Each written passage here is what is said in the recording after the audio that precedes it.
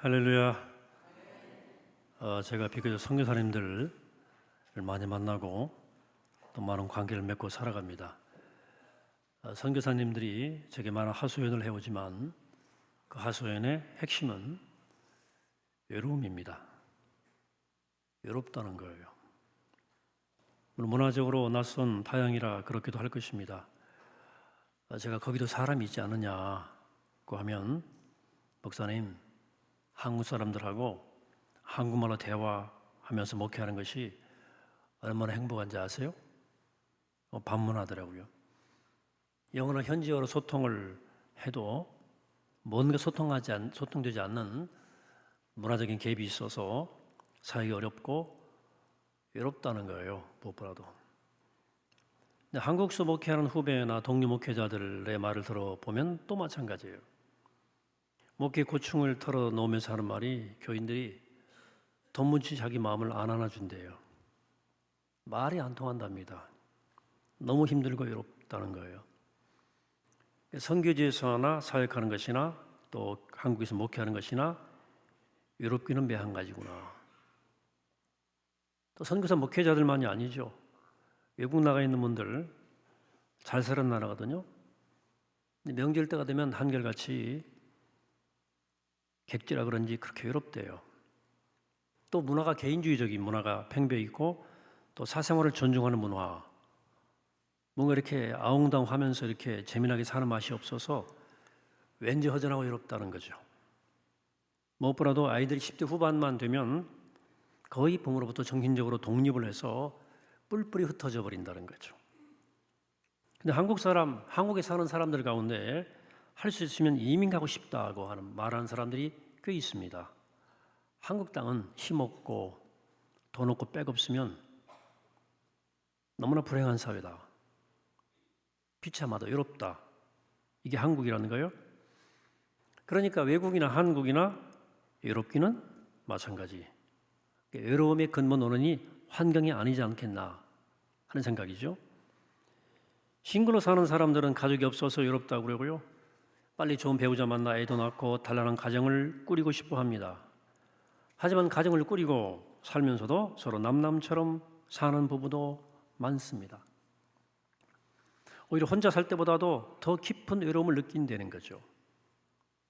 가끔 사춘기 아이들을 둔 가정 이야기를 듣습니다. 애들이 잘못해서 엄마가 야단을 치면 엄마가 야단을 친다고 방문을 꽝 닫고 들어가서 그런데요, 엄마는 내 마음을 몰라. 그럼 엄마는 애가 자기의 마음을 몰라주니까 속상해서 막 운다는 거예요. 그 불똥이 남편에게 튀고 다른 자녀에게 돌아가서 한 지붕 안에 4식구 사는데 모두가 다 침울하게 외로움에 휩싸인다는 거예요. 혼자 있다고 외롭고 같이 있다고 외롭지 않은 것도 아닌 것 같다. 외로움은 혼자냐 함께냐 아도 관계가 없는 것 같다. 그렇죠? 사람은 누구나 외롭습니다. 젊은 사람도 외롭고 노인들도 외롭습니다. 주부도 외롭고 남편들도 외로워합니다. 날씨가 좋으면 좋아서 외롭고 비가 오면 비가 와서 외롭고. 지난 명절 외로운 분들 많았죠? 처절하게 외롭습니다. 외적 환경과 관계없이 사람들은 모두가 외롭습니다. 아무리 바쁘게 살아도 외로움은 피할 수 없고, 아무리 성공해도 외로움은 해결 안 됩니다. 아무리 재미를 추구해보아도 외로움은 사라지지 않습니다. 그럼에도 인간은 이 외로움의 문제를 해결하기 위해서 거의 본능적으로 여러 시도를 합니다. 이렇게 외로움에 대처하는 방식에 따라서 인생의 결이 크게 달라져요. 먼저 외로움을 그냥 참아내고 안으로 삭히는 방식으로 사는 사람들이 있습니다. 주로 공인들, 연예인도 마찬가지예요. 사회적 환경 때문에 외로워도 어쩔 수 없이 견딥니다. 사회적인 시선 때문에 마음대로 외로움을 풀어낼 기회가 별로 없어요. 그래서 이들이 외로움을 달래기 위해서 약물에 빠지는 거죠. 마약, 대마초, 프로포폴 혹은 이상한 일들, 도박을 하고. 공인이나 사회적으로 존경받는 위치에 있는 사람들 그리고 목회자들도 이와 비슷한 어려움을 겪습니다. 사회적 기대와 시선 때문에 외롭지 않은 척 해야 되고, 외로움을 참아내야 되고 안으로 삭혀야 할 때가 많습니다. 참아내고 안으로 삭히는 방식으로 외로움에 대처하는 방식은 큰 부작용을 일으켜요. 의외로 목회자 가정에 문제가 많아요. 목회자의 폭력 문제, 가정 폭력이 꽤 심각합니다. 사모들의 우울증도 심각합니다. 자녀들의 일탈도 아주 흔합니다. 연예인이나 목회자 같은 공인이 아니어도 성격적으로 외로움을 잘 참아내는 사람들이 있죠. 착한 사람, 성실하고 근면하고 조신한데 내적 외로움의 상처가 깊어서 언제 터질지 모르는 시한폭탄 같은 존재가 될 수 있어요. 외로움을 마냥 참아내고 자기 혼자 삭히는 방식은 결국 자기를 파괴하는 결과를 가져와요. 반대로 외로움을 참지 않고 즉각 외부로 발산하는 사람들이 있습니다. 여러분들은 본인이 외롭다고 느끼지는 않아요. 성공하기 위해서 목숨을 건 사람들, 목표 향해서 맹렬하게 달려가는 사람들, 수많은 만남과 이벤트와 스케줄로 삶을 빼곡하게 채운 사람들, 이런 사람 실제로 성공할 가능성이 높습니다. 하지만 목표 지점에 딱 다다랐을 때 멘붕이 올 수 있어요. 성공이란 지점에 도착했는데 여전히 외롭거든. 아니, 더 공허하고 외롭거든. 이 당혹스러운 외로움을 처리하는 아주 흔하고 서툰 방식이 불륜이에요. 스캔들이고요, 약물 중독이에요. 엉뚱한 범죄, 도박 같은 거예요. 또 이렇게 특수한 경우가 아니더라도 외로움을 외부로 발산하는 사람들이 있죠. 많은 거친 말로 다른 사람에게 상처를 주는 사람들, 자꾸 판단하고 정죄하는 사람들, 내 안에 뭐 담아두는 것 하나도 없이 그냥 다 내뱉는 사람들, 직설적으로 자기는 뒤끝이 없다고 하면서 다른 사람의 가슴을 시퍼렇게 멍들어가는 줄 모르는 사람들, 이렇게 외로움을 즉시 발산하는 사람들은 타인을 파괴시키는 결과를 가져와요. 질문이 생기죠.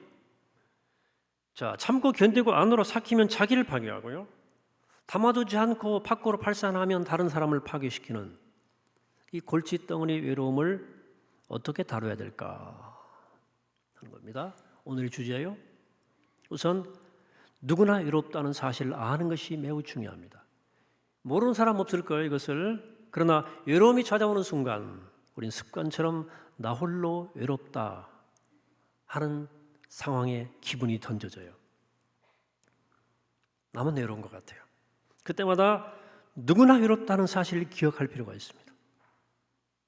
여러분, 그래서 인간은 누구나 외롭습니다. 누구나. 이 사실을 아는 것이 굉장히 중요해요. 이 근본적 해결책은 아니지만 외로움을 바르게 다루는 출발점 될 수 있습니다. 사람은 누구나 외롭다. 자, 신앙에서 또 한 가지 질문이 있을 수 있습니다. 품으면 자신이 파괴되고 뱉으면 다른 사람을 파괴하는 이 쓸데없는 외로움을 하나님은 왜 인간한테 주셨을까 하는 거죠. 제 묵상의 결론은 외로움은 우리로 하여금 성숙한 사랑으로 나아가도록 이끄시는 하나님의 선물이에요. 외로움으로 자기를 파괴할 필요가 없어요. 외로움으로 다른 사람을 힘들게 하지 않아도 돼요. 외로움이 찾아올 때마다 깊고 성숙한 사랑의 자리로 하나님이 초대하고 계심을 눈치채면 돼요.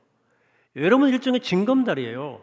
그걸 통해 딛고 건너가면 깊은 영적 성숙의 자리에 도달하는 거예요.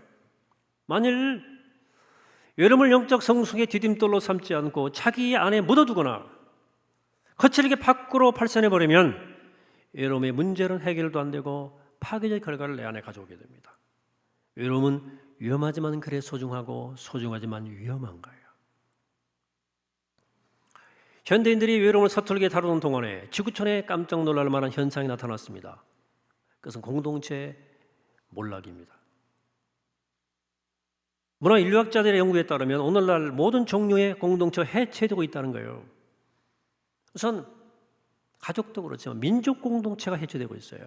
같은 피, 같은 문화, 같은 역사를 나누면서 형성된 민족이라는 개념은 본래 사랑을 나누는 가족 개념이에요. 내지는 조금만 생각이 달라도 갈라서요. 조금만 취향이 틀려도 왼수가 돼요. 남북만 갈라진 게 아니고요, 동서로 갈라지고 노소로 갈라지고 남녀로 갈라지고 뿔뿔이 흩어져요. 지구촌의 내전이 얼마나 많은 줄 아십니까? 민족 내전이. 또 자기들과 다른 민족은 더욱 적대시하고 대치하는 배타적 흐름이 더 강해지고 있어요. 지구촌에. 그런데 지구촌 구석구석에는 아직도 원주민 공동체가 존재합니다. 원주민 공동체. 아프리카 아마존, 또 중국 내륙의 아메리카 인디안들, 잘 보세요. 그들이 지키고 있는 유산과 정신, 우리 현대 문명인들이 귀 기울여야 할 소중한 가치가 많이 들어있어요. 그것이 여전히 공동체가 존재하고 따뜻한 인간의 순결이 존재합니다. 하지만 문명화라고 하는 미명 아래 그런 모든 공동체들이 사라져가고 있어요. 문명이 공동체를 잡아먹고 있습니다. 이런 보십시오. 문명화된 선진국일수록 가족 공동체가 빠른 속도로 해체되어 갑니다. 할머니, 할아버지 같이 사는 집이 이제 거의 없죠. 자녀들도 고등학교 졸업하면 다 떠나갑니다. 유럽 요즘 결혼제도 자체가 근본적으로 사라져갑니다. 급속도로 공동체가 무너지면서 발생하는 가장 큰 재앙은 외로움을 다루는 인간의 능력이 현저히 퇴화했어요. 외로움 앞에 어쩔 줄 몰라요. 얼어도 어떻게 다룰 줄 모르고 무능해요.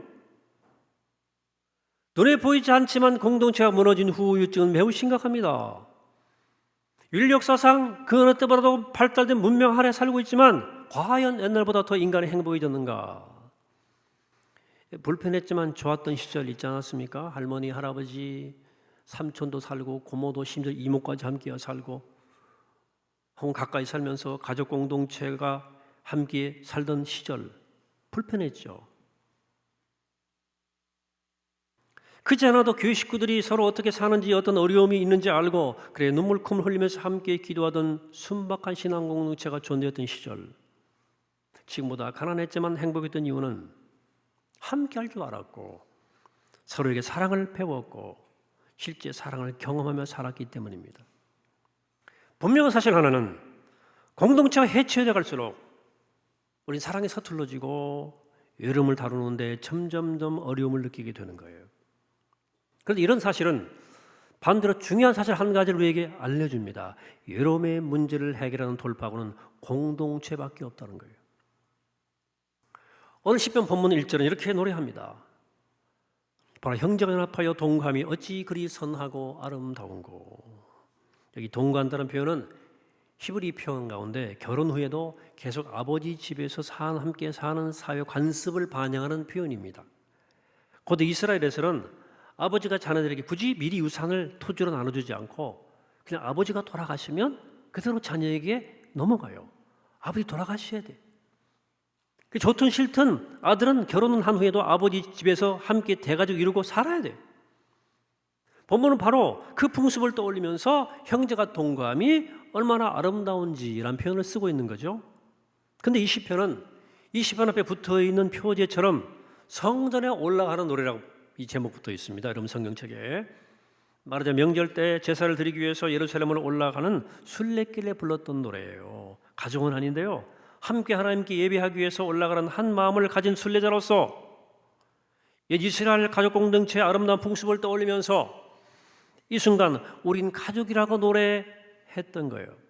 결국 시편 133편은 서로 알지 못하는 순례자들을 가족으로 만들어 주는 찬양이었고 기도였습니다. 이렇게 서로 다른 사람들이 가족이 되는 일, 서로 다르지만 하나의 공동체를 이루는 일이 얼마나 복되고 귀한지를 강조하기 위해서 이 시를 썼고 두 가지 이미지를 소개합니다.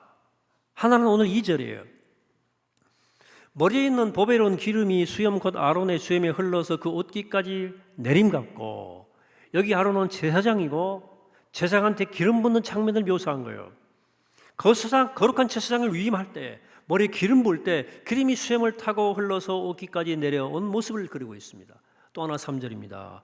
헐몬의 이슬이 시온 산들의 내림 같도다. 헐몬산의 아름다운 그 하얀 설산의 이슬이 시온산까지 흘러내리는 장면을 기록하고 있죠. 가장 거룩한 순간이 제사장에게 기름 붓는 장면이고 시온은 축복이 임하는 장소의 대명사예요. 한마디로 형제 자매가 어울려 함께 지내는 일은 거룩하고 복된 일이라 하는 것입니다. 여러분, 이처럼 교회는 형제 자매가 어울려 함께 지내는 가장 복된 공동체예요. 그러나 찻집 이름뿐인 형식적 공동체가 될 수 있죠. 한 공동체에 속한 형제자매가 몇 달이 지나도록 인사 한번 못 나눴다. 그럼 공동체일 수가 없겠죠. 철저히 나 자신을 감춘 채 자기 피로만을 채우고 헤어지는 사람들의 모임이라면 공동체라고 부르기는 어렵겠죠. 세상에서 마음을 닫고 사는 것과 똑같이 교회 안에서도 마음을 닫고 산다면 이게 무슨 공동체가 되겠으며 우리 삶 가운데 진짜 변화가 오겠습니까? 형식적 공동체는 군중 속에 고독이 있어요. 외로워요.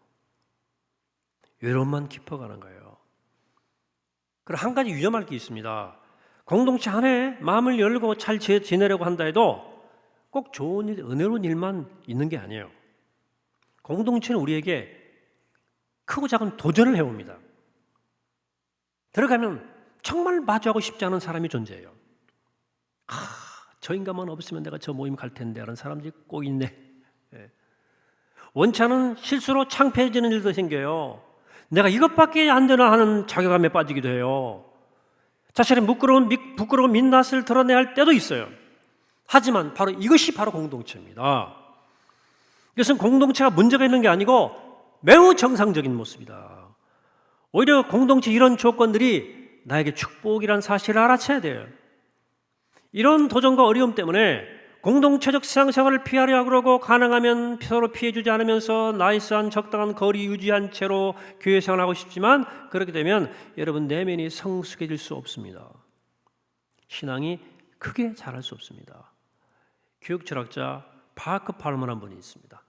이분이 이렇게 얘기했어요. 공동체의 목적은 환상을 깨기 위한 것이다. 다른 사람에 대한 환상, 내 자신에 대한 환상을 깨기 위한 것이다 그랬어요. 중요한 얘기입니다. 우리가 공동체를 이루는 목적이 뭐냐? 나와 너의 환상을 깨고 그 마스크 벗고 서로를 있는 그대로 용납하고 살아가는 법을 배우자는 거예요. 여러분 공동체가 아니면 어디서도 내 자신에 대한 환상을 깰 수 없습니다. 그래서 나와 너의 환상 속에서 우리의 외로움은 깊어지는 거예요. 그 외로움이 우리를 병들게 하는 거예요. 외로움은 홀로 있을 때는 파괴적 에너지로 사용될 가능성이 높지만 공동체 안에 있을 때 건강한 공동체 외로움은 참된 사랑을 위한 창조적 에너지로 쓰임받을 수 있어요. 공동체 안에서 외로움이 가장 적절하게 다뤄질 수 있고 가장 아름다운 새로운 에너지로 변할 수 있다는 얘기예요. 조그만 시골 학교에 교사가 새로 부임했어요. 아이들 실력을 평가하기 위해서 다 같이 함께 문제를 풀려고 그랬습니다. 그래서 선생님이 아이들이 말합니다. 문제는 애들이 같이 풀고 있으니까 너희들 스스로 각자 문제를 풀어야지. 왜 같이 모여서 문제를 풀려고 그러냐? 애들이 대답합니다. 문제가 어려운데 선생님 같이 풀어야지 왜 혼자 풀어요? 이게 물은 거예요. 우리 동네에서는요 논에 물댈 때도요 힘들면 같이 모여서 하는 걸요. 이게 바로 공동체 안에서 자라는 아이들의 원래 인간의 모습이에요. 제가 아까 말한 그 원주민 공동체 연구하는 한 인류학자가 아프리카 부족 어린이들을 모아놓고 게임을 제안했어요. 저 앞에 싱싱하고 달콤한 과일이 가득 찬 바구니를 놓고 자 제일 먼저 뛰어가는 아이에게 과일 전부를 준다. 그랬어요. 다 준다. 인류학자의 말이 통역되자 말자 애들이 마치 약속이라도 한 것처럼 손을 잡고 그리고는 손잡은 채 함께 달리기 시작하는 거예요. 그리고 바구니에 다다라자 함께 둘러앉아가지고 과일을 다 입에 베어물고 키득키득 울면서 웃으면서 재밌게 나눠 먹는 거예요. 인류학자가 아이들에게 물었습니다. 1등하면 한 사람이 전부 가지는데 왜 손잡고 함께 달렸냐? 아이들의 입에서 한 단어가 합창처럼 쏟아져 나왔습니다. 우분투, 우분투. 우분투, 우분투. 아프리카 코사어예요. 우리가 있기에 내가 있다는 표현입니다. 너가 있기에 내가 있다. 한 아이가 이렇게 또 덧붙입니다. 다른 아이들이 다 슬픈데 어떻게 나만 좋을 수 있어요? 이게 인간이 인간으로 사는 공동체의 본래 모습이에요.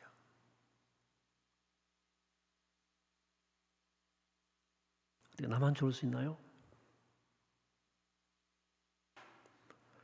오늘은 저희가 정한 남신도주일입니다. 저는 외로움이 남녀노소 할 것 없이 현대인들을 둘러싼 하나의 현상이라고 제가 생각하지만 남성들이 훨씬 더 외로울 가능성이 높다고 생각합니다. 남성들은 대부분 가정의 책임을 져야 되고 과도한 책임감이 있고요. 감정을 덜어내는 일에 서툴어요. 남자가 눈물 많고 말 많은 사람은요, 남자답지 못한 거예요. 흠이에요, 흠. 그래서 감정을 언제나 안으로 숨기고 살아가죠. 아니면 그 외로움의 감정을 막 폭발시키는 사람도 있어요. 가정폭력, 이게 그 어두운 그림자예요. 모두 외로움의 부작용입니다. 저는 우리 남신도회가 우리 안의 외로움의 성을 무너뜨리는 참된 공동체를 이루어가게 되기를 축복합니다. 해답은 주님 사랑 가득한 공동체예요. 여러분, 공동체는 실제로 솔직히 30명만 넘어도 벌써 물리적으로 공동체로 기능하기가 어렵습니다. 남성들은 더 어렵습니다. 20명도 안 돼요. 여성 20명까지 돼요, 공동체가. 남자는 10명 내외로 구성된 공동체가 절대적으로 필요합니다.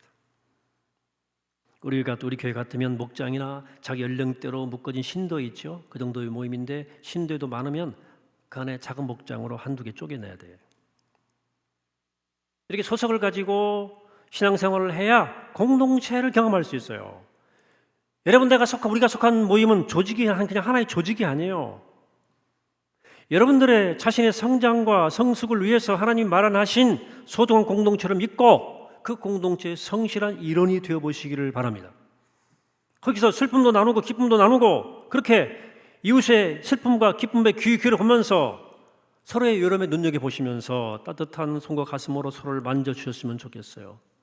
내일처럼 아파하고 내일처럼 기뻐하시기를 축복합니다. 서로를 위해 기도하고 격려하며 주님 안에서 정말 소중한 가족 같은 공동체를 꾸려가게 되기를 축복합니다. 이를 위해서 교회가 세운 임명한 리더십들이 있어요. 축복한 임명한 리더십들, 장로님들, 권사님들, 목자들, 신도의 임원들, 여러분들이 먼저 앞장서 주시기를 부탁합니다. 꼭 남성들한테 말씀드리는 건 아닙니다.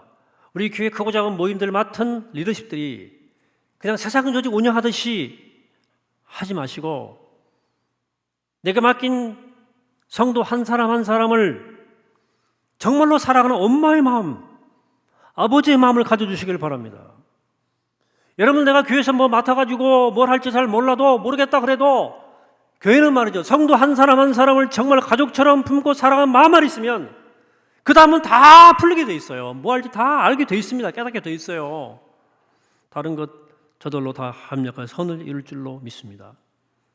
할 수만 있다면 편안한 자리에 머물고 싶은 것이 모든 인간의 마음이죠. 다 손님이고 싶어해요.